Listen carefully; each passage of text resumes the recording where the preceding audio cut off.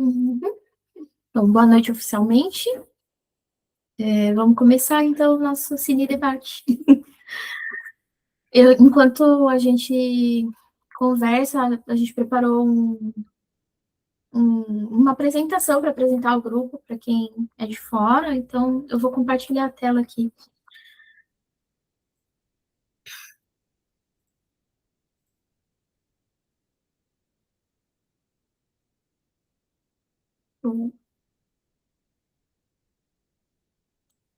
Bom, vamos falar então hoje sobre o filme Amantes Eternos, mas primeiramente a gente quer se apresentar e apresentar o grupo para vocês.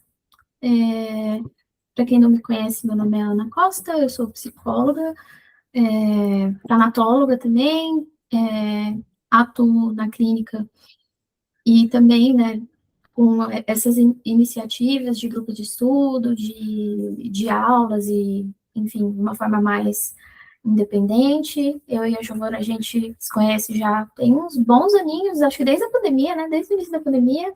Foi. E se E ano passado a gente decidiu montar o grupo de estudos, então vou deixar a Gi se apresentar também e a gente fala um pouquinho mais do grupo de estudos. Tá joia. Gente, boa noite. Muito feliz com a presença de vocês aqui hoje. Eu sou a Giovana, eu sou a outra coordenadora e fundadora aqui do grupo. Eu trabalho de forma interdisciplinar na tanatologia, eu sou mestre em Direito pela FJF e com especialização em História Antiga e Medieval pela UERJ. Então, transito por essas áreas das humanidades. E, bom, a gente fica sempre muito feliz de trazer o Cine Debate, a gente vai falar um pouquinho mais sobre a dinâmica do grupo, mas ele marca muito momentos de transição dos ciclos no nosso grupo de estudos, então é um momento de muita celebração para a gente também, e, enfim, bora falar mais um pouquinho do que a gente faz. Bom, como eu falei, né, a gente começou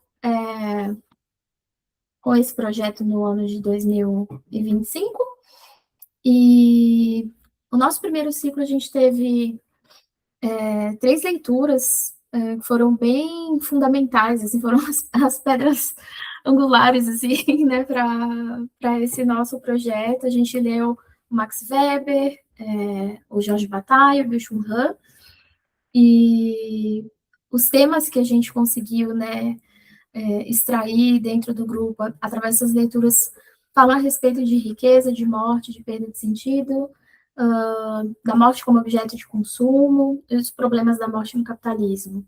Foram leituras interessantes, assim, do ponto de vista de que algumas delas são mais livros mais antigos, né, do Weber, do Bataille e tudo mais, então ajudou a gente a introduzir essa temática e trazer um olhar, assim, para o que veio depois, inclusive, né, a partir do que a gente conseguiu trazer nessas primeiras leituras, a gente foi pensando nas seguintes, né? E assim o grupo tem se desenrolado ciclo a ciclo. Isso. E aí, no segundo ciclo, a gente mudou um pouquinho a abordagem, porque no primeiro ciclo a gente selecionou capítulos, trechos mesmo dessas leituras principais, e a gente sentia muita falta de trazer uma discussão muito atual para o grupo de estudos. Então, a gente começou a ler livros inteiros nesses ciclos. Então, a gente se propôs a pegar 3 livros diferentes, que foram O Capitalismo Gore, da Sayaka Valência, O Realismo Capitalista, do Fischer, e A Semiótica do Fim, do Alessandro Sbordoni, tratando muito desses temas de violência contemporânea, muita questão de pessimismo e tédio, que é um tema também muito importante aqui para o Cine Debate de hoje. E a gente sentiu que deu muito certo também essa ideia de pegar novos livros, ir lendo junto, ir sendo afetados juntos também por essas leituras. Então, foi uma mudança bem bem-vinda no grupo. E aí a gente passou para o ciclo 3, que é o ciclo que a gente está encerrando agora. Uhum. No terceiro ciclo, a gente leu a Susan Sontag, Um Diante da Dor dos Outros, a gente leu a Nancy Fraser, Capitalismo Canibal, e o John Greenaway, foi o livro mais recente que a gente leu, que é o Capitalismo, uma História de Horror. Uma coisa que é muito interessante, assim, para nós, Giovana e Ana, né, é que antes a gente participava, tinha certas iniciativas e a gente meio que dava aulas, porque a gente já tinha algumas leituras e virava uma coisa um pouco mais vertical, assim, né? Então a gente começou a buscar o que a gente estava interessado em ler e não ficar relendo coisas que a gente já conhecia. Por exemplo, eu e a Giovana, a gente já conhecia o Bataille, já conhecíamos o Ram, já conhecíamos o Weber, e a gente decidiu propor essas leituras que eram coisas que a gente estava interessado em ler, às vezes outras coisas atropelavam e não tinha muito esse espaço, então a gente decidiu colocar isso dentro do grupo, né? Então, a cada ciclo a gente escolhe leituras que, né, façam sentido porque a gente tá interessado ali naquele momento, mas a gente lê junto. Então, isso é muito bacana, assim, porque a gente vai descobrindo o que esses autores estão querendo trazer, junto com todo mundo que está no grupo, né? A gente se surpreende, a gente fica irritado, a gente não gosta do livro, né? Então, tem sido muito legal, assim, fazer esse percurso de uma forma super horizontal. E daí, nesse terceiro ciclo, né, a gente viu esses temas de influências de imagem de sofrimento no cotidiano, capitalismo como canibalismo sistêmico, e o papel sociopolítico do monstro. E a partir dessas leituras que a gente fez, e é muito curioso, assim, porque esse livro, que é o Capitalismo, uma História de Horror, o John Greenaway oferece assim, um leque de obras de literatura e de cinema para a gente poder discutir, e a gente acabou não pegando nenhuma das obras que ele indica no livro, até porque muitas delas são assim de um terror muito pesado, né? Tem algumas obras como Pulse, por exemplo, que é o que me veio na cabeça agora, elas são de um terror que não é para todo mundo, assim, né? Então a gente pensou em dar uma democratizada com um filme que ainda falasse de monstro, de monstruosidade, mas que ele fosse um pouquinho mais leve, que fosse possível para que todo mundo pudesse assistir. Algumas pessoas já assistiram há muitos anos também. É um filme mais antigo, mais acessível. Então, foi assim que nós decidimos, né, essa leitura, enfim, esse filme para assistir. E aí a gente aproveita também esse momento do Cine Debate para a gente anunciar o ciclo 4 do grupo de estudos. E só reforçando um ponto também, essas leituras que a gente fez antes não são leituras obrigatórias para quem quiser entrar no grupo depois, tá? São só coisas que a gente já passou. E a gente vai começar em setembro, no dia 14, a gente tem uma aula aberta sobre alguns temas que vão ser relevantes para esse próximo ciclo. E a gente começa mesmo no dia 21. E você quer dar mais detalhes em relação a isso, amiga? Uhum. A gente decidiu, a partir, acho que principalmente desse livro do John Greenaway, né, O Capitalismo, uma História de Horror, a gente viu que ele era um livro que talvez desse pano para manga para mais encontros. Né? Então, assim, foi um livro que a gente gostou de discutir, que tinha muito assunto, né, e que 2 encontros, que foi a quantidade de encontros que a gente teve para ele, quase que não foi suficiente, assim, né, acabou tendo que dar uma rushada, né, nos encontros, para poder fechar no nosso cronograma. E aí, pensando, né, que, enfim, o grupo é uma iniciativa que tem muito a ver com o nosso interesse intelectual e acadêmico. Então, assim, às vezes a gente quer se demorar um pouco mais nos livros, e também pensando na forma do nosso grupo ter esse aspecto perene, assim, uma coisa mais contínua, a gente decidiu, então, que no próximo ciclo a gente vai ler um livro, né? Então, esse um livro que nós escolhemos, que eu já vou falar para vocês qual é, a gente vai dar, assim, mais ou menos uma estimativa de talvez uns 3 ou 4 encontros para ele, mas isso, assim, não vai ser um cronograma mais certinho, né, com começo, meio e fim na data tal. Então, a gente vai meio que seguindo conforme o grupo for demonstrando que ainda tem coisa para falar sobre ele. E aí, quando isso se esgotar, a gente começa a ler outro livro. E aí, isso vai sendo movimentado a partir dos interesses de todo mundo, das discussões, o que a gente acha que, né, é interessante de ler a partir disso. Então, os encontros, eles são quinzenais, né, a gente se reúne a cada 15 dias na segunda-feira à noite, nesse horário que vocês estão aqui agora, e a gente tem 2 formas de fazer parte, né, a partir de agora, como a gente vai fazer um livro por vez, né, então as pessoas vão pagar por encontro. e aí o valor por encontro fica sendo R$ 50 para uma inscrição padrão normal, e para quem tiver a possibilidade e o interesse de colaborar um pouco mais, a gente tem esse modelo de inscrição solidária, que ficaria R$ 75 por encontro, e que permite que a gente abra algumas vagas gratuitas para estudante, que foi uma coisa que a gente fez no ciclo 3 e deu muito certo. Então, foi muito legal, assim. E aí é isso. Então, o livro que a gente vai ler no próximo ciclo é esse aqui, O Fantasmas da Minha Vida, do Fischer. Você quer apresentar ele para a gente? Sim, sim. O Fischer é um autor que ele acabou sendo muito importante, não só para o nosso ciclo de estudos, mas assim, pensando também na discussão que a gente está tendo da crise do capitalismo nesse momento. E ele foi um autor, assim, que ele mexeu muito com a gente quando a gente leu ele no ciclo 2 e a gente ficou com vontade de voltar em alguns textos dele. E aí que veio a proposta da gente estudar o Fantasmas da Minha Vida, que ele vai tratar mais sobre saúde mental, sobre questões de assombrologia também, que foi um termo que apareceu muito no realismo capitalista e que na época a gente não tinha muita ferramenta para trabalhar com ele, a gente queria se aprofundar nisso também. Então, ele vem realmente nesse novo momento do grupo da gente fazer esse estudo mais pausado, mais devagar também disso, para poder se apropriar mesmo disso e pensar em novas possibilidades para a morte, para o capitalismo e tudo mais. Então, estamos muito animadas de pegar esse livro, de voltar no Fischer, ainda mais assim, considerando o grau de maturidade que o grupo tem hoje, e acredito que vai ser bem interessante também. Uhum. Inclusive, eu esqueci qual que é a instituição que está promovendo um evento sobre o Fischer em São Paulo. Acho que vai ser esse mês ou no próximo mês, não sei, acho que 2 dias falando sobre o Fischer.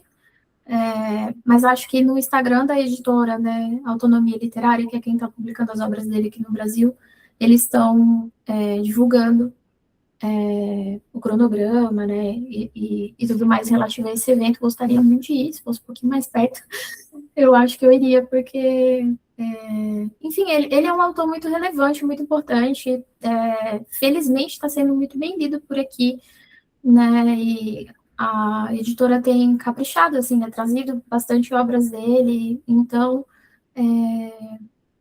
eu acho que são iniciativas como essa, né, que fazem a gente, inclusive, ter acesso a obras diferentes, a obras que, às vezes, eu e a Gia, a gente tinha que ler coisa em inglês, coisa em espanhol, porque não tinha coisa no Brasil. Então, assim, até esse trabalho de curadoria que a gente faz, para pegar certos livros, é uma coisa que, às vezes, a gente rala bastante, né, porque tem muita coisa que a gente gostaria de ler, mas que não está traduzida ainda. Então, assim, é sempre uma questão ali meio sensível, mas felizmente a gente tem encontrado editoras muito legais que estão publicando umas coisas assim que a gente está muito animada para ler. Então, caso vocês tenham interesse, é só procurar a Giovanna Noel e fazer a inscrição. A gente já começa mês que vem, a gente vai dar só uma pausa ali de um pouquinho menos de um mês e a gente já começa de novo. E agora, falando do diretor e do filme, né, que a gente vai debater hoje, esse senhor excêntrico é o Jim Jarmusch, que é o diretor e roteirista do Amantes Eternos. Ele é bem conhecido assim, por fazer uns filmes mais indie, com baixo orçamento, e trouxe ali alguns dos filmes que ele já fez que são um pouquinho mais conhecidos. Não sei se vocês já viram outras obras dele. Eu, particularmente, já tinha visto esse Os Mortos Não Morrem. O Patterson, eu vi, eu acho que eu coloquei esse porque foram esses que eu tinha visto. Mas ele tem outros filmes também, com Johnny Depp e outros atores. A própria Tilda Swinton já participou de outros filmes dele também, Tom Waits e tudo mais. Então, são alguns. Ele acaba repetindo alguns atores nos filmes dele, eu acho isso bem legal. O Adam Driver. Então, ele fez em 2013 o Amantes Eternos, e só relembrando o plot, né? Daqui a pouco a gente pergunta quem conseguiu assistir, quem já tinha visto antes o filme. Mas ele é um filme meio sem plot, né? Na verdade, ele é um filme muito lento, muito arrastado, né? Mas é basicamente dois vampiros meio entediados, né? Vivendo nesse mundão cheio de BO e eles são um casal que aparentemente está há muitos séculos juntos e O Adam é um músico meio deprimido, aliás, totalmente deprimido, e a Eve é uma vampira um pouco mais adaptada ao mundo de hoje, assim. Ela não liga tanto quanto o Adam, né? E eles vivem separados, ele mora em Detroit e ela mora no Marrocos, até o momento que ela percebe que ele está muito deprimido e ela decide ir para Detroit para resgatá-lo, né, dessa bad que ele está vivendo ali. E daí algumas coisas acontecem no filme, enfim, vocês, né, devem saber o que acontece, então a gente vai falar sobre isso agora. E trouxemos algumas perguntas norteadoras, assim, para vocês irem refletindo sobre como que a gente pode encaminhar o debate do filme, né? Principalmente para quem não faz parte do grupo, nunca fez parte do grupo ou nunca teve contato com nada do que a gente fez, cine debate, etc., a gente vai tentando fazer essa costura, essa articulação com as leituras, né, que a gente fez. Então, nós trouxemos aqui algumas perguntas. Vampiros e humanos no contexto capitalista, quem está realmente morto? Essa pergunta principalmente partindo, né, da escolha ali dos vampiros chamarem os humanos de zumbis, né? Então, acho que pode ser legal a gente olhar um pouquinho para isso. O que o filme nos permite pensar sobre repetição, estagnação, tédio e perda de futuro. Uma existência sem morte seria realmente uma existência emancipadora? E o que ainda pode ser desejado depois de que tudo já foi consumido? A gente não precisa se ater a isso, não estamos aqui só para responder essas perguntas, mas talvez isso ajude, assim, a trazer algum ponto que vocês refletiram assistindo o filme que pode ser legal da gente debater. Então, eu acho que eu vou tirar né, o slide só para a gente poder se ver bem maior, assim. Acho que foi. Pronto. Então é isso. E aí, para começar, queria saber quem que assistiu o filme, quem que já conhecia essa obra, quem viu há muito tempo, quem viu agora, enfim.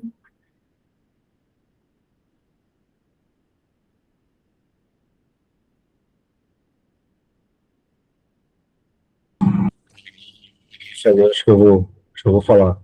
Só para entender uma coisa antes. O meu áudio tá saindo legal ou tá muito ruim? Dá para te ouvir. Ele tá abafado, mas dá para te ouvir. Tá bom, então. Tá, respondendo a tua pergunta. Eu já vi o filme 2 vezes. A primeira vez eu era adolescente. Foi pouco tempo depois de ter saído. Eu acho que ele é de 13, né? Eu acho que eu assisto, deve ser em 15, não sei, 16, por aí. E aí vi ontem, com a Aninha. Aí, é isso.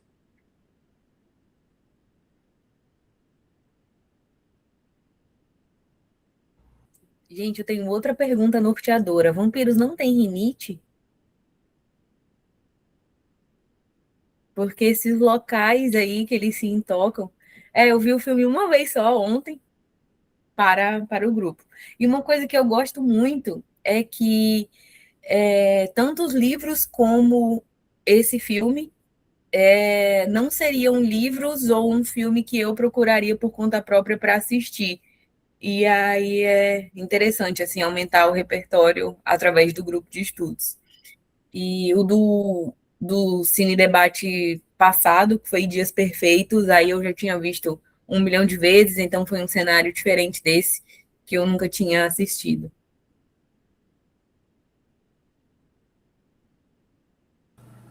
O que eu vou falar aqui, então, eu até comentei com as meninas que eu cheguei muito cedo.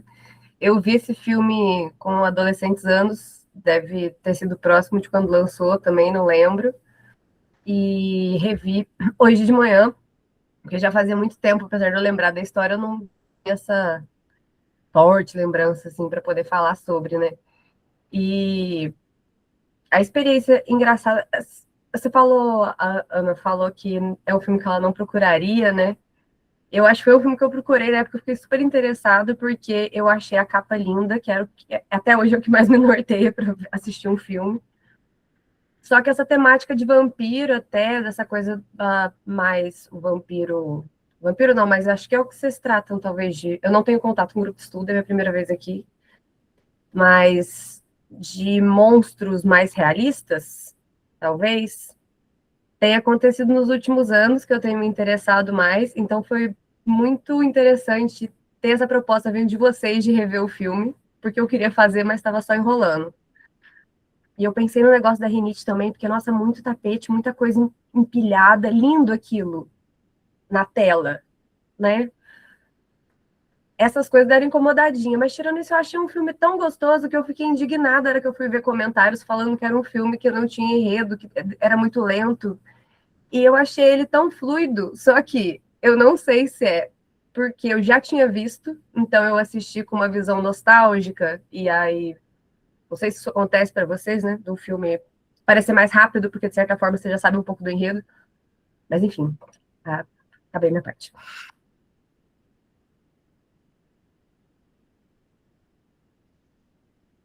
Foi a primeira vez que eu assisti também, e gostei muito. Eu vou ter que assistir de novo. Eu acho que é um pouco disso que a Lua falou, que parece que quando a gente revê, a gente consegue ter outras percepções. E é de uma temática que eu não sei se está dando para me ouvir, gente. A minha internet está muito ruim. Aí vocês estão aparecendo e desaparecendo para mim. Mas é um tema muito interessante e o ritmo do filme também, com todas aquelas coisas empilhadas, eu acho que traz, não sei, mas fiquei pensando nessa coisa do acúmulo de coisas, né? Mas de que tipo de coisas, né? Que eles acumulam ali nesse cenário que é bonito, mas é caótico, mas é histórico, não sei, parece um pouco de uma representação deles mesmos, né? Ali, não sei.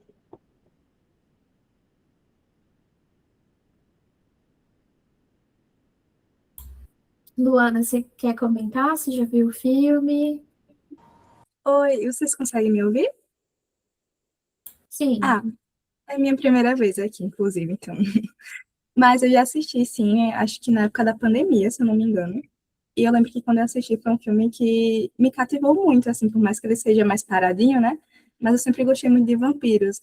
E aí, quando eu assisti, eu vi que ele tem uma perspectiva muito diferente dos outros filmes de vampiros que eu já assistia. Então, é um filme que realmente me marcou muito, assim.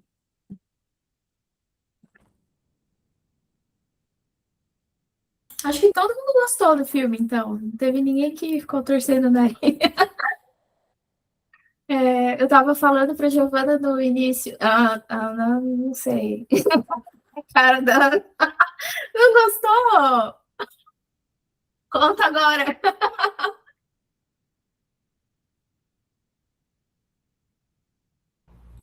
Ai, gente, desculpa. É, não dá muito para fugir de quem a gente é, né? Assim, é porque não é o meu tipo de filme, não é o meu tipo de música. É... Aí sabe quando é muito fora das coisas que você consome, daquilo que você tem mais facilidade de apreciar, e aí empaca um pouco, assim. Mas eu vi até o final. E não dormi, e vi até o final.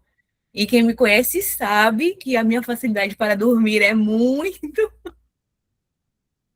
Então, assim, pelo grupo. A gente agradece muito seu sacrifício pelo grupo, Aninha. Eu também sou do time que dorme fácil em filme, eu entendo o sofrimento. Mas um comentário assim também, eu só fui assistir esse filme inteiro agora para o grupo. Antes eu só tinha visto trechos, eu não tinha chegado a terminar de ver ele antes. E aí, porque é um negócio assim que eu até estranho um pouco, porque assim como outras pessoas falaram, eu também gosto muito dessa temática de vampiros, é um negócio assim que é muito presente. Pesquiso morte e monstruosidade também, então enfim, estava ali nas tangentes. Mas é interessante porque assim, eu sinto que ele é um filme que ele se leva muito a sério em alguns pontos, tanto que ele é um filme de vampiro que hora nenhuma usa a palavra vampiro, ela não é mencionada assim no filme. E aí o que me pega um pouco, assim, é que ele se leva muito a sério, ele tem aquelas perucas, que eu sei que elas são intencionais, mas elas são horrorosas, e aquilo me distraía muito, principalmente em relação ao Adam. E, enfim. Mas sobre essa questão do acúmulo também, já começando com alguns pontos, é um filme que ele fala muito sobre esse acúmulo de passado, né? É um cenário ali de vampiros que vivem eternamente, é um negócio que a gente tem até dificuldade de imaginar, de fato, o que é viver eternamente, considerando que a gente é muito ligado ao nosso tempo mesmo. E ainda assim eles estão sem futuro, porque o sangue está todo contaminado e eles não conseguem, assim, imaginar um futuro que vem, alguma coisa de interessante em relação a isso, principalmente na figura do Adam, né? Então, tudo ali que você vê, eles têm até algumas obras de arte contemporânea, o Adam, ele faz ali uma música que se assemelha ao pós-punk, mas você vê que é muito instrumento antigo, que são livros muito antigos também, é tudo assim, com uma visão tão saudosista, assim, de certo ponto, e mesmo toda a ideia da Eve morar em Tanger, no Marrocos, né, que é uma localidade muito importante para a geração beat. Então, eu acho que ele tem essa relação com o passado, assim, de que mesmo os vampiros que vivem eternamente não estão conseguindo imaginar um futuro. Uhum, sim, e é muito curioso, assim, que por já ter visto esse filme quando ele foi lançado, eu já usei ele na própria clínica, às vezes, para, dependendo, né? Tem um certo perfil de paciente, de analisando e tudo mais, e eu lembro claramente de uma troca que eu tive com um paciente que estava, assim, numa vibe meio Adam, sabe? Ele estava, assim, nossa, muito entediado e não sei o quê. E a gente teve uma conversa muito legal sobre isso, assim, né? Porque o Adam, ele acaba encomendando uma arma, né? Uma bala de uma arma ali, porque ele tá pensando em se matar, né? Porque justamente por conta dessa falta de perspectiva, né? Essa falta de esperança em qualquer coisa que seja, né? Nem mesmo o relacionamento que ele tem com a Ivy, que até é uma coisa estranha, né? Eles se amarem tanto e estarem em lados opostos do planeta, né? Nada disso sustenta para ele, até o momento em que ela vai ao resgate dele ali, né? Para ver se tira ele daquele tédio existencial, assim, e vazio existencial. Então, é algo assim que acaba sendo meio que uma pauta de conversas existenciais mesmo, né? Tipo, você vê uma pessoa que tem a possibilidade de viver para sempre e ela não quer mais viver, né? Enquanto, às vezes, a gente está aqui ralando para tentar atingir uma longevidade, né? Para tentar chegar aos 90 ali com saúde, coisa arada, e tem sido cada vez mais difícil. Microplásticos, poluição, né? Enfim, superior.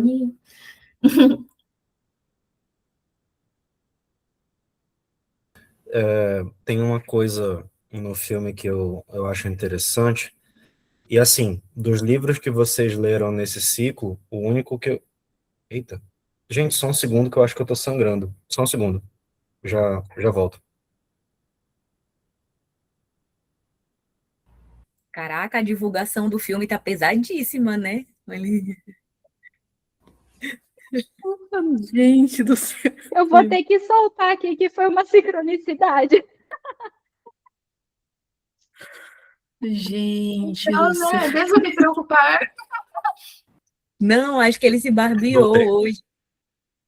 Que eu... Não, eu me cortei mesmo sem querer e eu acabei de... Gente, rindo com respeito, tá, gente? Eu me cortei. Ainda bem que o Adam não tá aqui. Enfim, o que eu ia comentar é que dos livros que vocês leram nesse ciclo, o único que eu cheguei a ler, e tem um tempo, foi o da Sontag, o Diante da Dor dos Outros.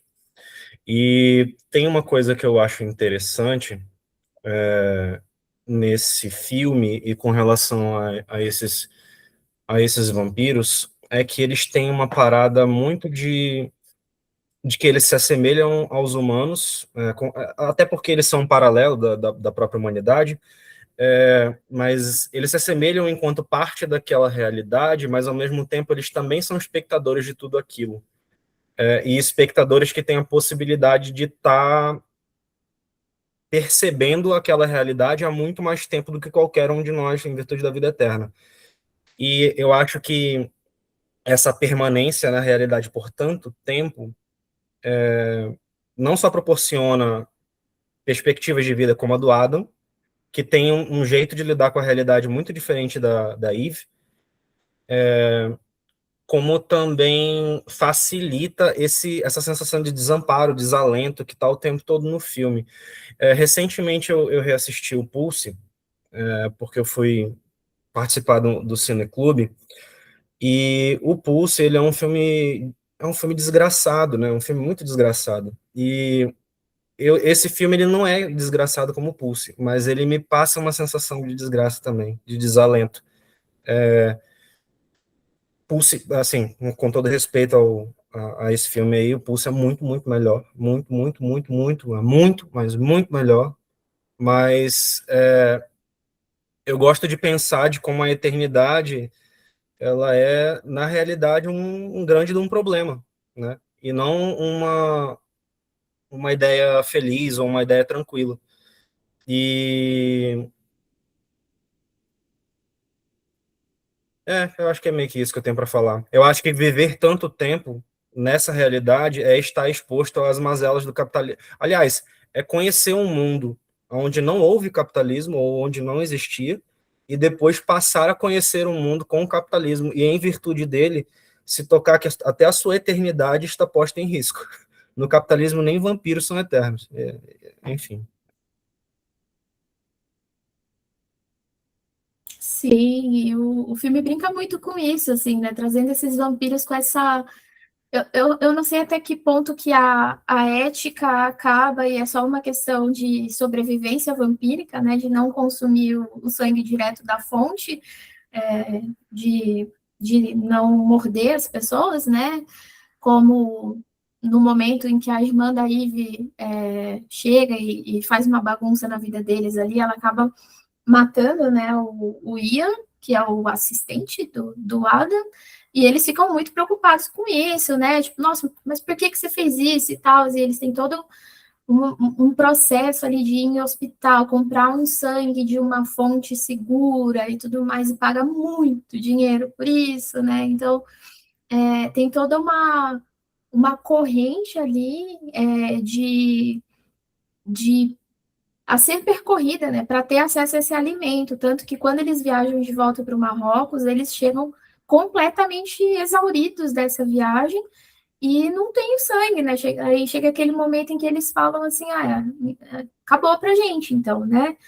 E aí eu acho muito interessante pensar que por conta dessa eternidade, né? E o vampiro ele nunca tem problema financeiro, né? O John fala sobre isso no livro, inclusive, no Capitalismo, uma história de horror, a respeito do vampiro ser esse parasita, né? Então, às vezes, por exemplo, no Entrevista com o Vampiro, que eles o comer um rato é uma questão ética para não matar humanos. Mas, e aí, nesse filme tem isso também, né? Do tipo, nós não vamos morder tanto por não sei se por uma ética, mas também, né, eles estão com sangue contaminado ali, mas a gente tem os recursos para conseguir um sangue bom, né?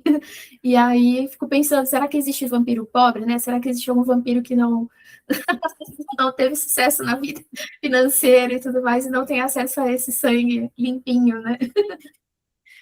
Tem um ponto também, assim, nesse filme, de que, para além de ser perigoso você consumir o sangue direto da fonte, que eles falam que os zumbis estão contaminados, né, que o sangue, assim, está muito sujo.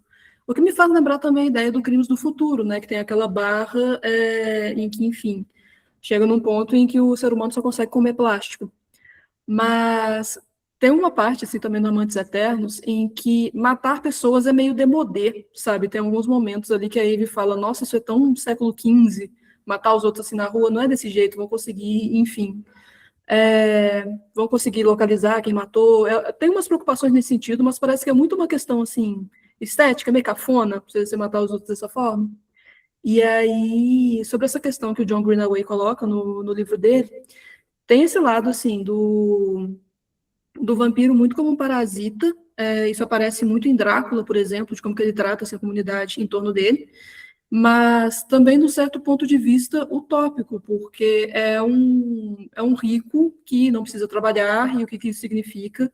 O que que significa também esse ato do transformar-se em vampiro, né? Significa só a vida eterna? Significa também você não precisar estar ali funcionando de acordo com o capitalismo? Tem algumas questões sobre isso também. E, enfim, e essa questão de quando eles vão parar lá no Marrocos também, eu acho que esse filme tem muito uma questão de como que as coisas estão, como que o cenário está terrível agora, muito nesse momento. Porque a gente vê a morte do Christopher Marlowe, que, pô, ele é da época do Barroco, sabe?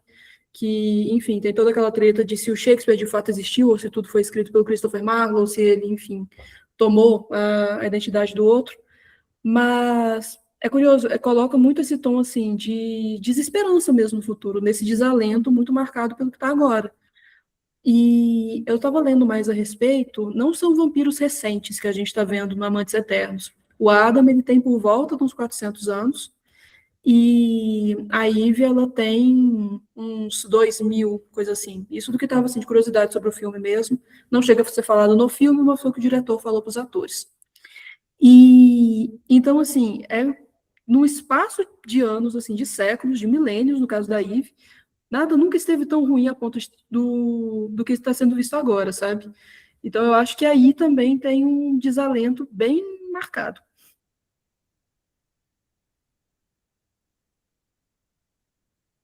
O comentário da Gil me levantou uma coisa de que, assim, eu tenho minhas questões com o Jim, o diretor. Eu já vi outros filmes do Jim e tudo mais, e eu acho que o Jim, inclusive, ele tem um personagem dentro do filme que representa muito como ele enxerga, inclusive, a própria arte que ele faz, que é o Adam. E eu acho que o Jim se coloca dentro do próprio filme por meio do Adam, enfim, a forma com a qual ele vê a arte e a história da arte e tudo mais é a representação dele ali dentro daquela história. Mas eu gosto tem uma característica da cinematografia do Jim que eu gosto, que é o fato dele ter uma preocupação muito grande com escolhas artísticas. E aí, quando eu digo escolhas artísticas, são escolhas que antecedem até mesmo a feitura do filme, né? No sentido de escolher, por exemplo, locais onde você vai gravar. Eu gosto muito da ideia de Detroit e Tanger, eu acho que faz todo sentido. Detroit é um lugar sinistro, uma cidade abandonada. Tanger é uma cidade que tem possibilidades de cinematografia interessante, muita sombra, muita penumbra. Enfim, acho que faz todo sentido para os dois personagens, e faz todo sentido que a Eve fique em Tanger e que ele fique em Detroit, porque pô, ficar depressivo em Detroit é realmente muito fácil. E aí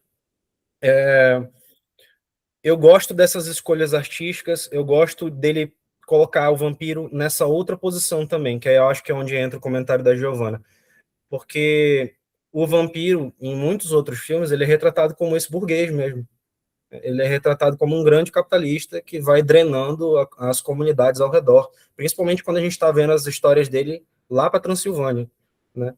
Então, ele coloca esses personagens, ainda que eles não tenham problemas financeiros, ele já traz eles para uma classe média aqui, sabe? E coloca eles mais à mercê do sistema, e não como os vampiros que drenam a todos nós, assim. E eu gosto dessas ideias que ele traz, são coisas que eu acho interessante. Eu acho que o que eu acho menos interessante do filme é uma parada que talvez não tenha tanto a ver com a ideia do grupo de estudos, mas que envolve o período histórico no qual ele foi lançado e as comparações que fizeram à época com outros filmes de vampiro, como Crepúsculo, por exemplo. Que a época em que o filme saiu tinham menos anos, né, de distância com relação ao Crepúsculo.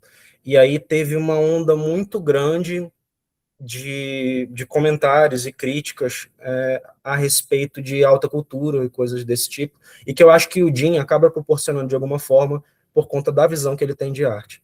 E aí eu acho que, enfim, as coisas ficam um pouco mais complicadas. Mas é um bom filme, eu acho.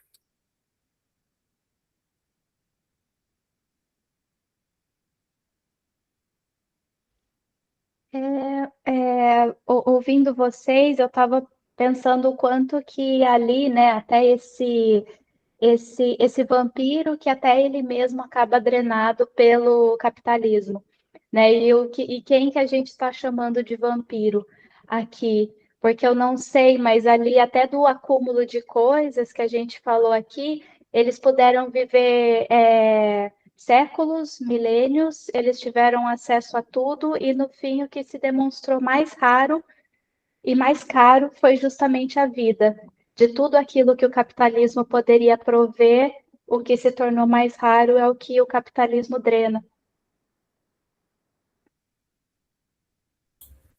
Eu fiquei pensando no que vocês dois falaram, até em articulação com o Capitalismo Canibal, da Nancy Fraser, porque ela traz ali um argumento no livro de que o capitalismo não é um sistema econômico, né? Ele é um conglomerado de questões sociais, políticas, ecológicas e tudo mais, e que essas questões são fundamentais para que o capitalismo se sustente, mas ao mesmo tempo se a gente está degradando o planeta, né, se nossos recursos naturais estão acabando, esse eixo vai acabar impactando na própria sobrevivência do capitalismo, né, assim como reprodução social e outras questões que ela traz ali no livro. E no filme isso fica, eu acho que bem evidente, assim, porque os vampiros precisam do sangue dos humanos para sobreviver, né? E aí os humanos estão contaminando o próprio sangue, seja com microplástico, seja com droga, seja com qualquer outra coisa. Então, assim, esse sistema ele não consegue ficar eternamente, né, se retroalimentando se uma dessas partes, né, tá sofrendo essa degradação. Então, nessa hora, o dinheiro, ele não...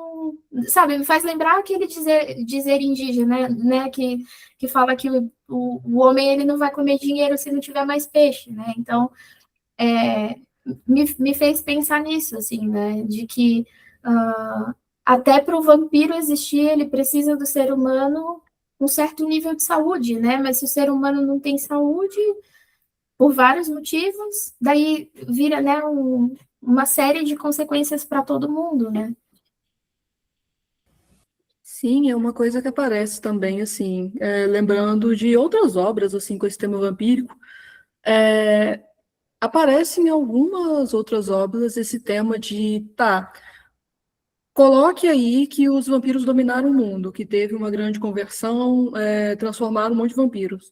Fica insustentável, eles não conseguem, porque realmente depende do ser humano para conseguir viver. E isso acontece na temporada mais recente da série de Entrevista com o Vampiro, que eles estão discutindo o tema da grande conversão. Essa temporada 3 que saiu agora, em que o vampiro Lestat ele vira um rockstar, enfim. É um surto, é meio febril a temporada, mas ela é boa. Isso acontece também nas adaptações, não sei se nos jogos isso é um tema, mas eu sei que na série é uma questão. Em Castlevania isso também acontece, quando o Drácula ele sai matando todo mundo por vingança, e começa a questionar, tá, mas como que você vai sustentar esse novo mundo sem os humanos? E realmente, Ana, eu acho que faz muito sentido esse ponto, conversando com o capitalismo canibal, né? Como que isso vai realmente se alimentando das próprias condições de existência. E aí, um outro comentário também, amarrando naquela questão do crepúsculo que o Gabriel tinha colocado,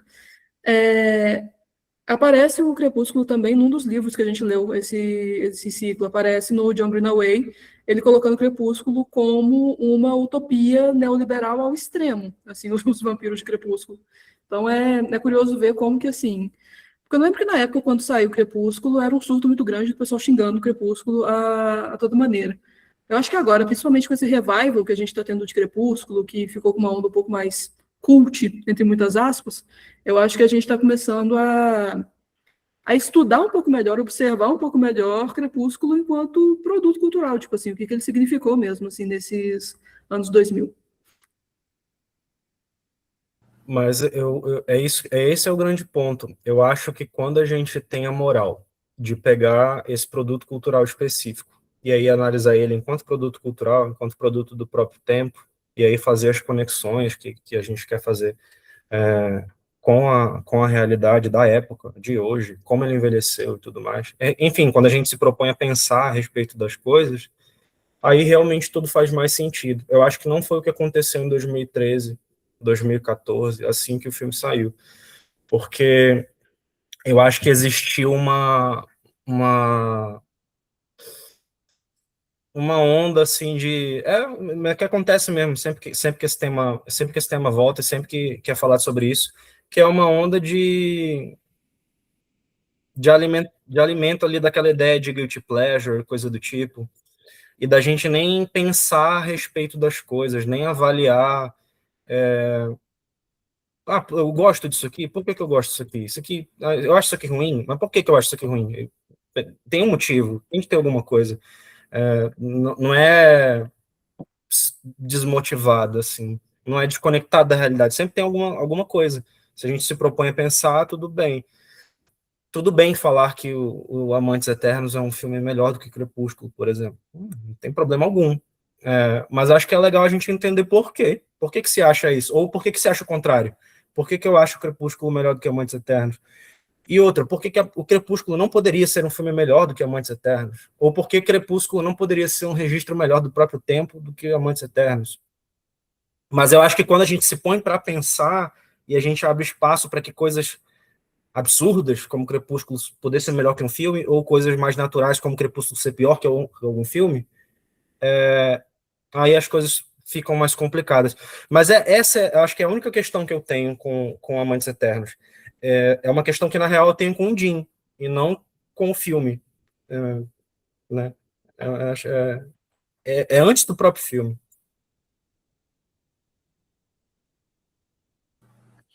Eu estava pensando aqui do que a Giovana falou de grande conversão, eu acho que tem abordado em outros lugares. Eu acho que tem um filme que chama Daybreakers, se não me engano, que ele já é vampiros dominando o mundo e agora quase não temos humanos. Ele começa por aí.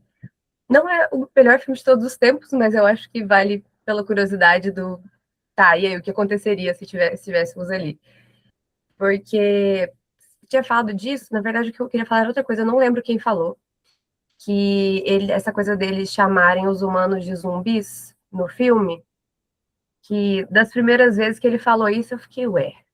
Porque para mim, mais para zumbis seriam eles, né? Que realmente são as criaturas não tão vivas, porque eles já estão aqui há muito tempo. Só que quando a Eve confronta ele, que ela acha a bala, ele fala que ele tem medo, e o que ele mais tem medo são acho que é algo como os delírios que os zumbis têm na cabeça deles mesmos. E ele parece ser uma figura muito isolada, né? De que ele está ali num centro muito badalado, que não é uma Los Angeles, mas é um centro bem urbano. Só que ele não participa dessa vida urbana, tem o Ian fazendo a ponte ali para ele. E ainda assim, o que às vezes me pareceu de que o grande desespero dele, daquele muito tempo de vida, que eu não sei mais se é vida, porque ele está distanciado de tudo, o desespero dele está ligado a como as pessoas têm vivido a vida longe dele, no caso, porque ele não está convivendo com ninguém. Mas como as coisas estão funcionando no mundo é o que gera o incômodo nele. Não só pelo tempo que ele vive. Aí, eu não sei se essa parte dos zumbis foi o que mais eu fiquei pensando dentro do que vocês trouxeram de o desconforto e de que agora seria o pior momento, independente desses 2.400 anos que os personagens ali já estão vivendo entre nós. Eu não sei o que vocês acham disso. Acho que a parte que mais me pegou foi a forma como eles lidam com a morte. Na verdade, acho que mais a forma como o Adam lida com a morte. Porque por mais que a eternidade seja esse grande fardo, para ele é como se a morte não fosse algo que se desejasse para alguém. Tanto que mais de uma vez ele fala: quando aquela irmã insuportável aparece e mata o cara, ele fica tipo, poxa vida, você bebeu o Ian, você podia ter transformado ele. E aí lá no finalzinho, quando eles veem aquela galera se pegando, ele fala, tá, a gente vai lá, mas nós vamos transformá-los. Então é como se ele estivesse aplicando o que ele tanto se queixa como castigo para os outros, como se isso fosse melhor do que a morte. E nisso eu acho Crepúsculo melhor, porque lida com a finitude de uma maneira mais honesta. E a própria morte do nosso Shakespeare é sentida, é um luto dolorido, onde todo mundo se agacha, se aconchega ali perante o morto e vai fazer ali o seu. Não mostra pra gente, mas eu gostaria muito que tivesse algum tipo de despedida, assim, como se fosse um ritual mais fúnebre, né? No caso, acho que não teve como ali, não mostra como foi que eles se livraram daquele corpo, talvez aquele ajudante que se chama Bilal, importante de mencionar que o nome do cara é esse. E, enfim, é isso. Fiquei me perguntando assim, como ele odeia tanto estar vivo que encomenda uma própria tentativa de sair da existência, mas ele também não quer aplicar isso, né? Não quer matar ninguém, não quer. E aí eu não sei se tem muito a ver com ele não querer se tornar um assassino ou ele de fato não querer que essas pessoas morram, né? E uma outra coisa sobre dinheiro, por mais que os vampiros não sejam pobres, a especulação imobiliária atinge a todos, né? Porque eles moram nos muquifs que, gente, por dentro ali eles tentam dar a decorada, mas por falta luz, cheio de mato, enfim, complicadíssimo. Mas de primeira classe eles estão indo.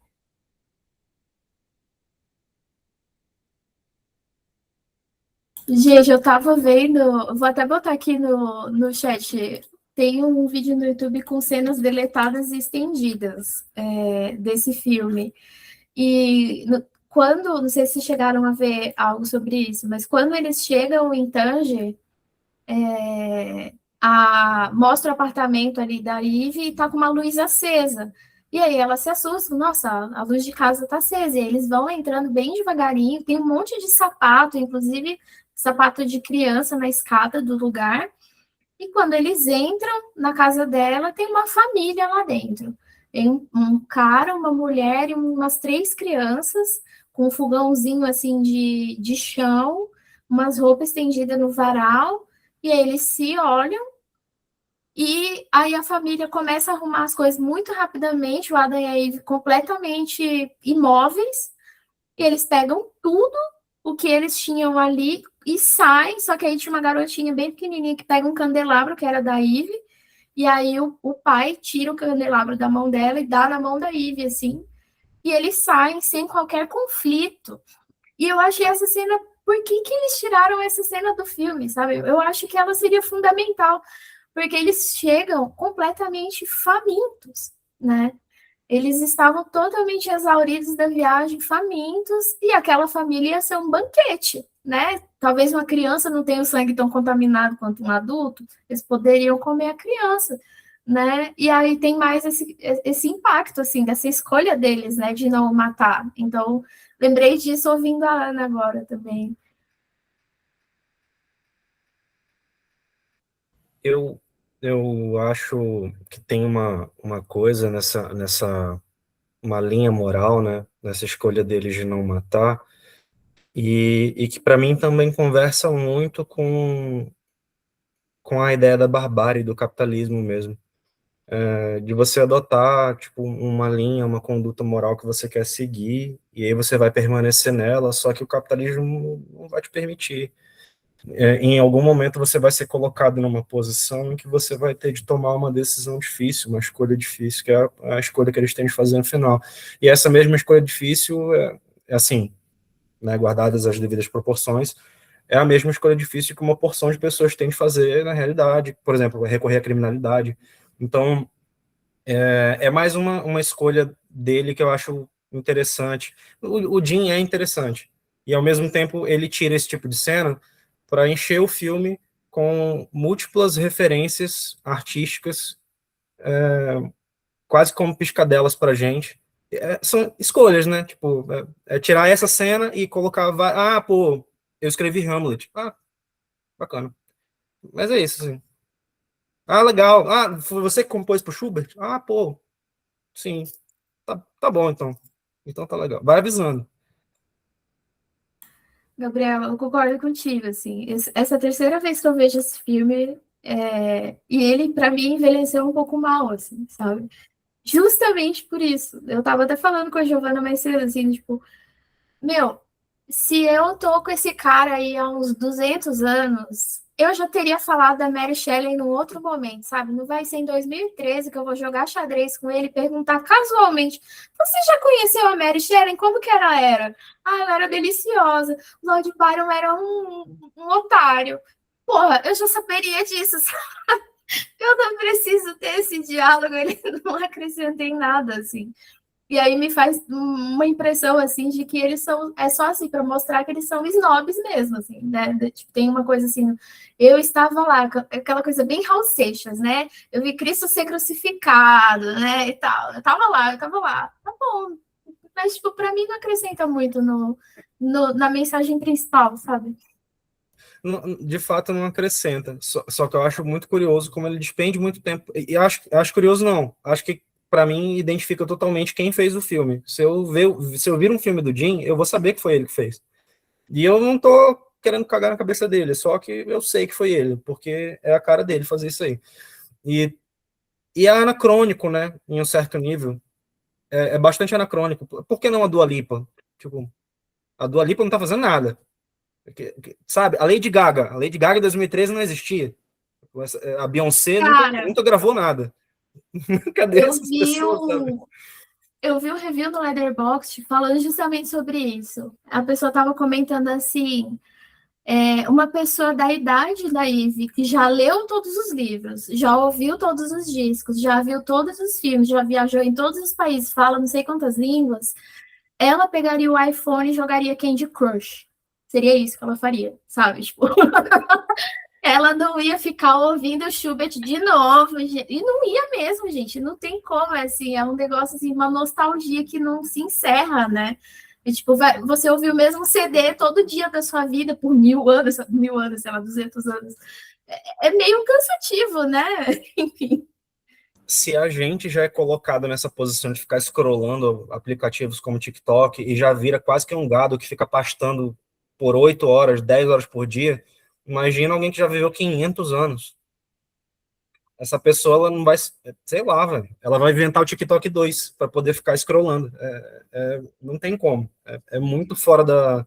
Eu acho que é um filme que eu gostaria muito de ver uma ideia parecida, que colocasse os vampiros numa outra perspectiva, parecido com o que o Jim fez, mas que acho que tivesse mais conotações de comédia, porque eu acho que seria muito engraçado você colocar o vampiro nessa posição. Um vampiro na posição de alguém que está viciado no TikTok. Sabe? Eu acho muito doido. Eu acho que seria muito interessante. Mais interessante do que ficar falando de Schubert e Hamlet. Enfim, é isso. Mas eu tenho a impressão que o exagero também é da mesma forma que o excesso de livros, o excesso de poeira, para evidenciar esse aspecto nostálgico também. Sabe como o idoso que está lá com seus 85 anos e ele fica contando infinitas vezes sobre aquela história do trabalho dele e aquela situação da infância e uma viagem e não sei o quê, e quando ele fazia e dirigia e não sei o quê, todas essas coisas, né? Eu lembro que eu me lembrei bastante agora falando aqui, do meu bisavô que faleceu com 100 anos, e ele não conversava com quase ninguém, porque ele era surdo, e não dava para entender muito do que ele falava, que ele tinha um sotaque assim do interior muito carregado, mas ele tentava conversar com meu marido. E ele contava as histórias de quando ele trabalhava no sítio, e depois quando ele veio para a cidade e tudo mais, como se meu marido estivesse lá o tempo todo. Mas era sempre a mesma história, só que era como se fosse sempre nova. Eu acho que é muito de um elemento da nostalgia mesmo, né? Esse olhar para aquilo sempre e novamente como algo, né, muito precioso, como essa coisa de é uma fantasia mesmo sobre o passado. E eu acho que talvez lá em 2013, 2014, a gente não tinha ainda o que a gente tem hoje, né? Porque eu penso nesses vampiros ali também como um pouco, principalmente o Adam, um pouco de um velho rabugento, porque já está ali nos seus 400 anos e está tudo errado, essa geração não sabe nada, né? Bom mesmo eram as coisas de antigamente, né? Que Kindle o quê? Vamos ler no livro antigo, né? Mas eu acho que a novidade que os tempos mais atuais trazem, e que talvez em 2013, 2014 a gente não fizesse ideia de quão baixo a gente chegaria, é que agora o velho rabugento da atualidade, ele joga tigrinho, né? Então, eu acho que não dava para esperar ainda que a gente ia chegar tão no fundo do poço. Já Até pensou nisso um que a vampiro fazendo publi? Ah, tô com casa aqui pagando 5, hein? Vai lá fazer tua fezinha. Pô, não tem jeito, cara. Eu tinha pensado nisso que a Giovana falou também, porque tem esse contraponto um pouco dos dois. Quando a Ivy liga para ele do iPhone para fazer chamada de vídeo, e ele liga a maior bugiganga para projetar ela numa telinha, com alta qualidade e tudo, mas assim, mostra que ele é bem mais antiquado, de não acompanhar, e que ela parece uma pessoa mais versátil, apesar de milenar, só que não fala muito sobre a vida dela, né? Tanto que tem esse questionamento de o que ele fez, com quem que ele andou, para quem ele compôs, mas não se fala muito de o que ela fez nesses, porque pelo que vocês falaram, ela é mais velha que ele até, eu nem tinha pensado, não sabia sobre isso. Só que ela parece que se adapta melhor. E aí ele não, comprando instrumentos antigos, que eram instrumentos que ele viu em palco, que ele já usou há muito tempo atrás, ele é mais preso nessa questão. Então eu também vi ele muito como esse velho rabugento, e ele fica muito mais infeliz com como o mundo tá, do que ela, que tá tentando se adaptar. Ela parece que, deixa eles. A filosofia de vida dela é, não, vai indo. A gente vê, quando chegar lá, a gente vê. E ele, não, tá tudo errado. Pra que se não há futuro? Eles ficam esse casal, assim, que mesmo não sendo tão desenvolvidos, acho que ainda mais dela, falta bastante, poderia falar mais um pouco? A personagem dela, o que ela fez nesse tempo? Ele compôs para um monte de gente, o outro cara escreveu para um monte de gente. Será que ela é um bom vivant? Ela esteve por aí, consumindo, se divertindo, vendo pessoas no anonimato? Enfim, eu gostaria de ter visto mais isso também, mas ela parece a mais adaptativa deles e ela é a que menos fala de passado. Sim, total. E é curioso isso, porque mesmo no apartamento dela, não aparecem hobbies, né? Aparecem só os livros. Naquela cena também dela escolhendo quais livros que ela vai levar na viagem. E outra questão também, ele corta essa cena da família no apartamento, mas ele deixa uma sequência longa dela escolhendo um monte de livro, alisando os livros, e, enfim, mostrando ali o que seria o repertório dela, e só uma escolha deliberada também. E, ao mesmo tempo, não fala disso, do que ela faz quando ela não está com ele. E tanto que chega num ponto que ela fala para ele de que essa auto-obsessão que o Adam tem é uma perda de tempo. Então, como que ele fica preso naquilo, e ela começa a falar também de outras épocas em que ele também estava preso em si mesmo, e como que aquilo não adiantava nada. E, enfim, eu também gostaria de que ela fosse um personagem com mais desenvolvimento nisso, porque ela pareceu muito escrita só como um contraponto ao Adam e à tristeza dele. Eu pensei até em compartilhar, gente. Eu acho que algo pessoal, mas eu acho que me fez pensar com tudo isso. Eu acho que quando a gente tem convívio com acumuladores, mesmo, né, compulsivos, a gente acaba percebendo, entendendo um pouco dessa dinâmica do passado que adoece, de certa forma, ali como o Adam. Eu fiquei pensando, meus sogros, eles são acumuladores, né, e em certo momento, a minha sogra, ela apareceu com uma borracha de uma tampa de panela de pressão que foi da mãe dela há 40 anos atrás e passou para ela. há 20 anos atrás, ela foi para a Alemanha e levou para tentar achar uma borracha para aquela panela na Alemanha. Ela levou para a Alemanha, trouxe de volta. Se passaram já 20 anos e ela continua com a panela guardada e com o modelo da borracha para tentar conseguir uma borracha para aquela panela. E aí ela veio com a ideia de que agora tem impressora 3D e veio perguntar se a gente conhecia alguém que tinha impressora 3D, se conseguia fazer uma borracha para aquela panela. Acho que fica bem ilustrativo. Eu acho que é um pouco disso ali, quando a Lua falou da engenhoca do Adam, para conseguir ver a Eve, eu fiquei lembrando disso. Eu acho que é a doença do passado mesmo, a nostalgia, né?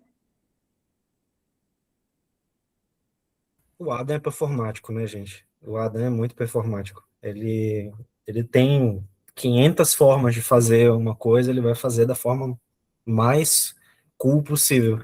Porque o Adam é o Jim. E aí, não tem jeito, o Jim é performático também. É muito, muito. E eu pensei em uma coisa quando vocês estavam comentando, era sobre como a Eve ela tem mais tesão de viver e tem mais tesão em conhecer as coisas. Ela tem muito mais tesão pela vida, vamos falar dessa forma, assim, porque ela está morta, mas não tenta ver. E ela quer.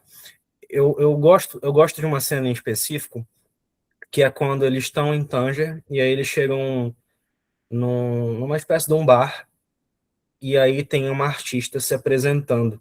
E é uma artista que o Adam não tem como conhecer, porque o Adam não sai de casa, o Adam não consome nenhum tipo de. O Adam não ia para a noite de Detroit, ele não conhecia absolutamente nada nem de Detroit, imagina de Tanger. O cara completamente desconectado de tudo. E eu gosto dessa cena porque eu acho que ela mostra um pouco dessa personagem que ela é meio desaparecida na história, assim, escolhas também. E eu gosto de perceber como a Eve tem essa gana.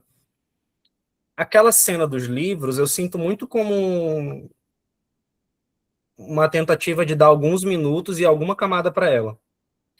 Eu gosto mais dessa cena do bar, porque essa cena do bar, para mim, reflete muito mais quem a Eve é enquanto personagem, enquanto alguém que, sim, conhece inúmeros e inúmeros artistas de toda a história que ela viveu, que são mais de 2000 anos.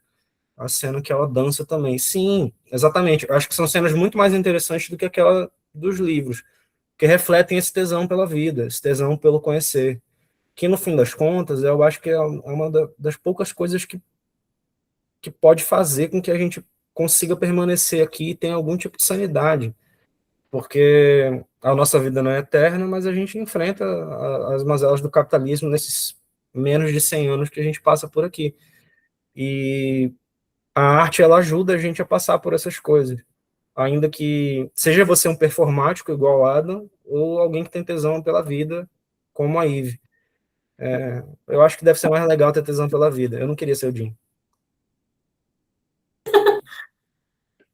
Você tocou no ponto que eu estava pensando em comentar também, Gabriel, que é justamente essa coisa, né? Porque o Adam é esse cara deprimido, mas ele cria, né? Ele compõe, ele faz ali as coisas, mas ao mesmo tempo ele não quer participar daquilo. É, E eu acho muito curioso, assim, né? Essa ambiguidade desse personagem. E aí, nessa cena que você comentou que eles estão no bar e a moça começa a cantar, eles têm uma conversa que é assim, ele fala, essa moça é brilhante, ela é fantástica, e ela concorda e fala assim, sim, eu tenho certeza que ela vai ser muito famosa um dia. E aí ele fala, não, eu espero que não. Cara, tomara que ela seja famosa um dia, né? Porque, assim, me parece que essa dificuldade do Adam de vislumbrar um futuro possível, né? Tá bem refletido ali, né? Ele, ao mesmo tempo, ele é essa pessoa que cria, tenta criar algo de novo, né? Então, ele tem ainda um elemento ali, uma faísca de criatividade, de impulso pela vida, mas, ao mesmo tempo, ele não quer ser famoso, não quer que ninguém seja. Então, é essa Detroit abandonada, industrial, em ruínas o tempo inteiro, mas se nasce uma planta no asfalto, ele vai pisar nela, porque ele não quer que nasça. né? Então, fiquei pensando nisso também. Eu acho triste, porque, assim, essa cena, para mim, é uma das cenas que eu mais gosto com relação à personagem da Eve, que é uma personagem que eu acho mais gostável do que do Adam. E me incomoda, e tu me lembrou, já tinha esquecido, me incomoda como ela termina, porque eu acho nojento. Eu gosto da arte do Jim, mas eu acho nojento o jeito que o Jim lida com a arte. E eu sei que o Adam é ele, porque eu vi filmes demais do Jim para não saber. Eu sei que ele é o Adam. E aí me incomoda. Olha esse diálogo, velho. Olha o que esse cara fala, mano. É muito. Eu acho nojento, sem sacanagem. Eu acho nojento o jeito que essa cena termina. Dele, porque é uma perspectiva e é um olhar, e eu sei exatamente o que o Jim está pensando. Se um dia eu puder sentar com o Jim para conversar com ele, eu sei que ele vai me dizer que ele acha que não tem como você permanecer criativo e fazer arte de qualidade se você ficar famoso, porque você vai ceder ao show business e o capitalismo vai contaminar a sua arte. E aí, mais uma vez, isso para mim só deixa muito claro de que quando alguém, se houvesse um Letterboxd em 2013, do jeito que é hoje, e alguém tecesse um comentário a respeito do filme dele, ou a respeito de outros filmes de vampiro como Crepúsculo, ele seria o primeiro a descer a lenha sem sequer articular sobre. Porque ele para mim é a representação de alguém que tem esse lance de alta cultura e sequer argumenta com relação às coisas. É melhor não ser famoso. O capitalismo eu não duvido não que o capitalismo contamine a nossa produção artística. Eu não sou artista, mas enfim, já em algum momento já me meti a fazer algum tipo de arte. E é lógico que ele contamina, é lógico que influencia. Ser um artista independente como o Jim e ser o Martin Scorsese são coisas completamente diferentes. E aí, se a gente estiver falando de mulheres fazendo arte, aí, pô, você vai adicionando camadas, enfim, e a interseccionalidade vai piorando as coisas. Enfim, o capitalismo afeta as coisas, mas eu acho muito complicada essa perspectiva de que é preferível não alcançar a fama para que você consiga preservar a sua boa arte. É quase que você falar, a minha arte é boa porque eu nunca dirigi filmes para o mainstream de Hollywood, que é o que eu acho que o Jim pensa, inclusive, da arte dele. Tô puto.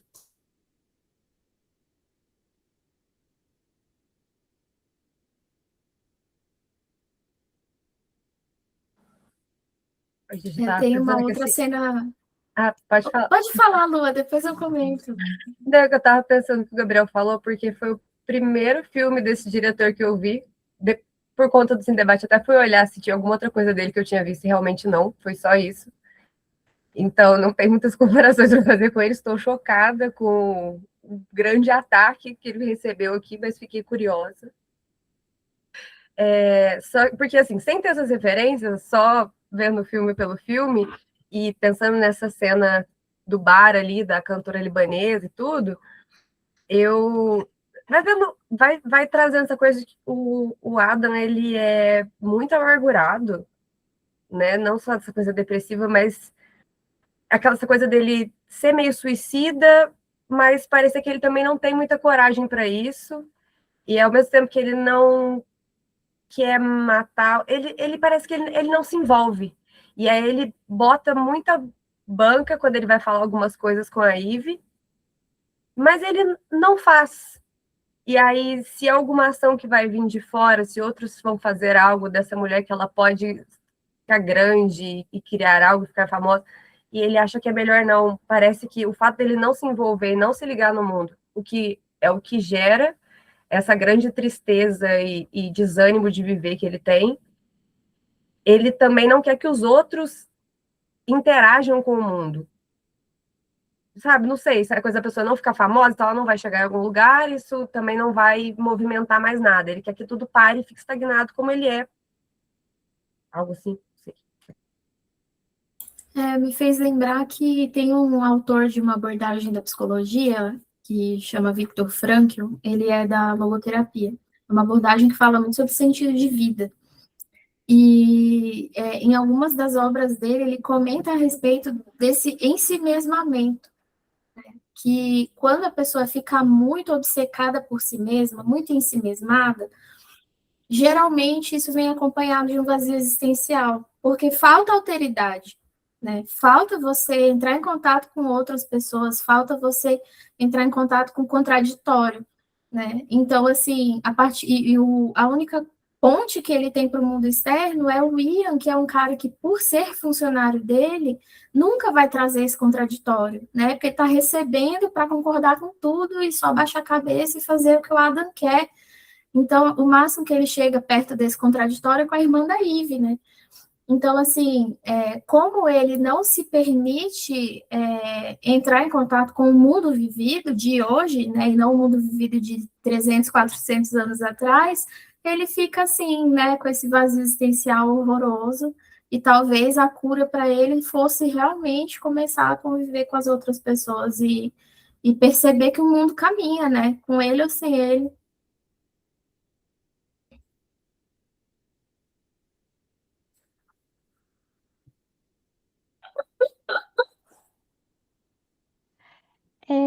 Eu lembrei de uma frase que diz, eu não lembro agora o autor da frase, mas que fala que o único benefício é a vida e não o ter vivido.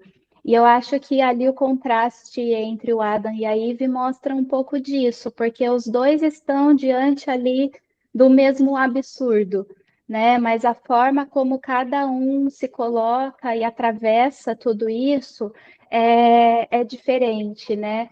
E essa questão do lugar da arte para o Adam, eu acho que é um lugar de privilégio, porque você poder fazer arte sem se preocupar em ter nenhum benefício econômico, né, e não querer ser conhecido, e tudo isso é porque você pode, né, porque existe dentro do capitalismo essa diferença, né, de você querer e o quanto custa, né, é uma escolha que vai para os privilegiados, como ali no caso, um vampiro em que o dinheiro não é um problema, né? Bem, então acho que tem esse destaque aí do privilégio e o vampiro caracteriza bem isso. Tem outra cena deletada também, que ele tá conversando com o Ian, naquela hora que o Ian tenta convencer ele, tipo, tem muitas pessoas interessadas no seu trabalho, e não sei o quê.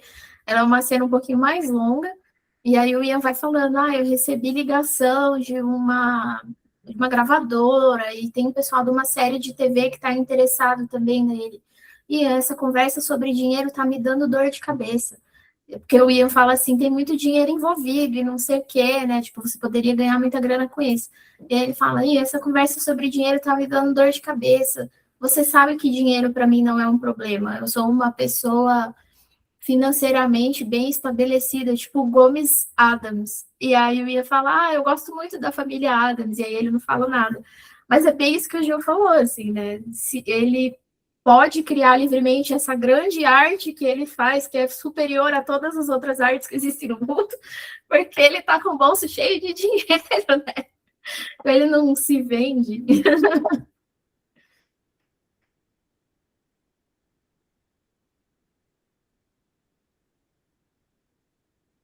Mas eu acho, é, eu acho que tem muito a ver com como você consegue permanecer tanto tempo. Acho que eu consegui elaborar aqui.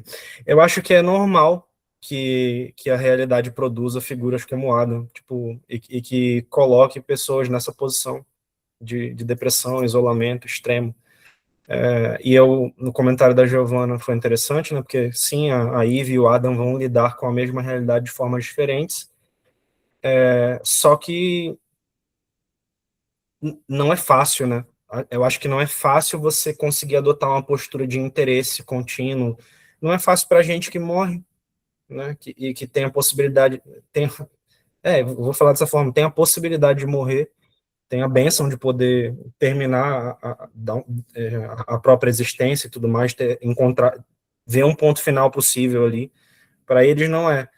Então, é estar muito tempo e ver muitas e muitas contradições do mesmo sistema, e sem que esse sistema acabe. É uma parada muito doida. E aí, é normal que existam Adams. Eu acho que eu diria que é mais difícil que existam Eves, né? É mais difícil permanecer querendo tendo essa gana de conhecer tudo, de conhecer a arte, o mundo, política, o que quer que seja. É muito difícil ter vontade quando você vive tanto tempo para ver tantas contradições e sem perspectiva de mudança. É muito doido isso. Se a gente não consegue, sabe que a gente não consegue ver, né, um futuro fora do capitalismo? E os vampiros? A gente também não.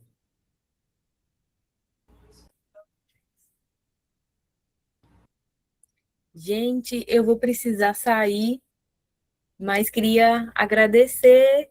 O grupo é muito, muito importante para mim. É muito legal ver rostinhos novos e criar conexões, né, diferente do Adam, criar conexões com outras pessoas. Um beijo bem grande. Beijo, obrigada, Aninha.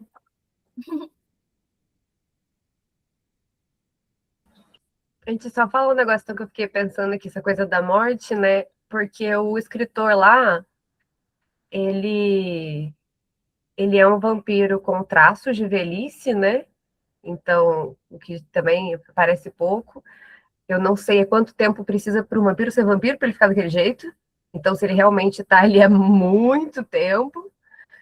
E se doença afeta vampiro, porque ele parecia ter um consumo saudável de sangues bons, ou se ele estava só desistindo mesmo depois de tanto tempo aqui, e aí ele tem essa desculpa de que ele já está realmente muito tempo aqui, até para um vampiro, e aí ele pode só ir desistindo, porque não é o foco, né, do filme, ele até fala um pouco, olha, onde eles se alimentam, como eles vivem, mas o porquê esse cara morre, sendo que ele tem tudo certinho, e eu não entendi se ele tá falando que o Shakespeare roubou a obra dele ali, aquela parte, assumo que eu não entendi. Se ele falou que ele que passou pro cara escrever, ou se o cara que roubou. Ele fala isso diretamente, vocês perceberam? Eu não sei. Para mim ficou Ele não meio em chega. aberto aí também. Não, ele não chega a falar diretamente, mas é um negócio, assim, que é uma teoria da conspiração, assim, no mundinho Shakespeare, sabe? Porque tem um cara que se chama Christopher Marlowe, que ele morre pouco antes, assim, das peças do Shakespeare começarem a sair. Então, quando tem alguns debates, assim, sobre autoria, tem um pouco disso de talvez o Marlowe que tenha escrito algumas coisas. Falando muito por alto em relação a isso.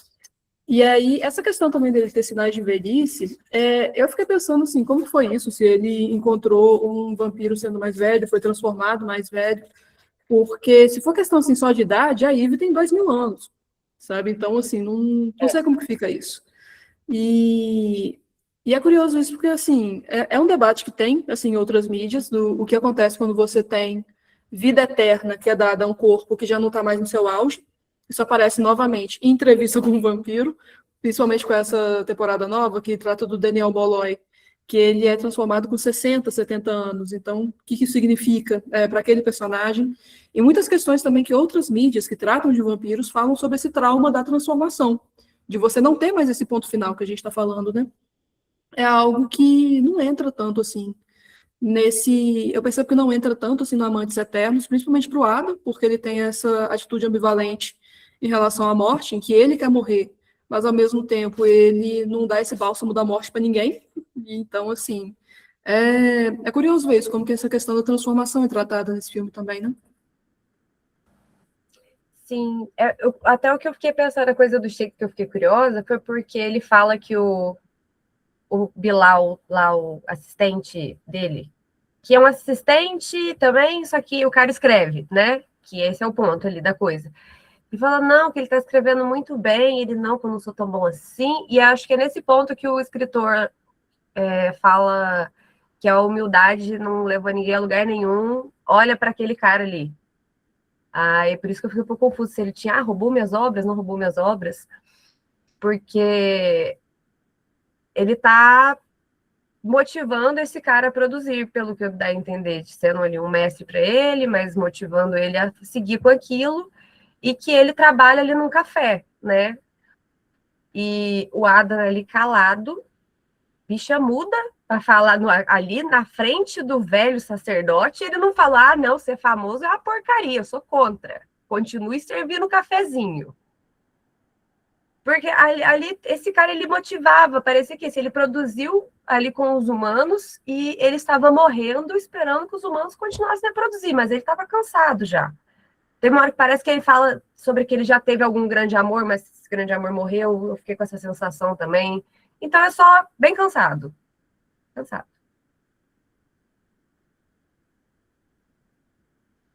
E eu fiquei pensando até com as perguntas do início, né, e até algo que a Ana trouxe sobre esse cenário de hoje, né, com El Niño, sobre microplásticos e tudo mais, e ali tem essa questão da eternidade, né, e a gente luta aqui para viver 90 anos diante de tudo isso.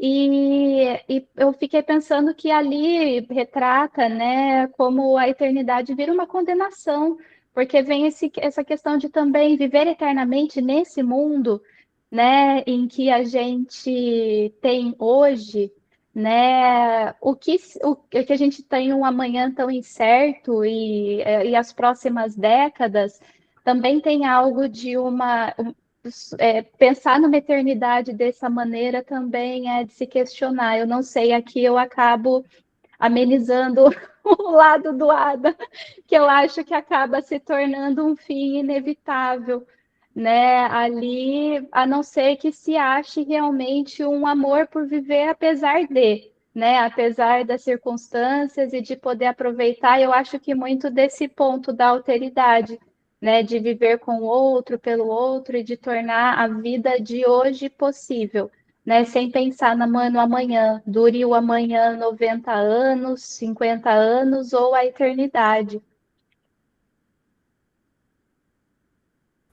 Gente, só uma coisa que a gente estava falando sobre esses vampiros, que eles têm muito dinheiro, que a gente nunca sabe de onde sai, né? E que esse mal da existência, que quando é um filme mais existencialista de vampiros, eles trazem, sempre está mostrando os vampiros muito desocupados em questão de trabalho. E que será que se eles tivessem que trabalhar assim para pagar um aluguel, será que eles iam desistir mais rápido da eternidade? Ou será que isso ia fazer eles, não, eu tenho que viver no intervalo do ponto e de fazer janta. Então, eu quero muito viver, eu preciso realmente de 300 anos, porque para viver só nesse intervalo, 50 é pouco, 90 é pouco. Não vi ainda o vampiro trabalhador, assim, mas mais existencial. Vampiro assalariado. Pelo menos no Crepúsculo eles iam para a escola, né? Tem isso. Vampiro verdade, CLT. porque é estranho também, né? O cara de 300 anos no ensino médio. A primeira vez que o vampiro fosse pejotizado, aí eu ia ver. Aí eu queria ver. Filho. Sim, total. Um último comentário que eu queria fazer, antes de me despedir, porque eu acho que também eu vou precisar sair, é que eu acho que esse filme, assim como os outros sobre vampiro, mas esse filme, acho que em virtude dele trabalhar de uma forma mais existencialista, como a Lua falou, eu acho que ele, mais uma vez, ressalta a importância de morrer. Né? E para além da importância de morrer, como é importante para o ser humano ele saber que vai morrer.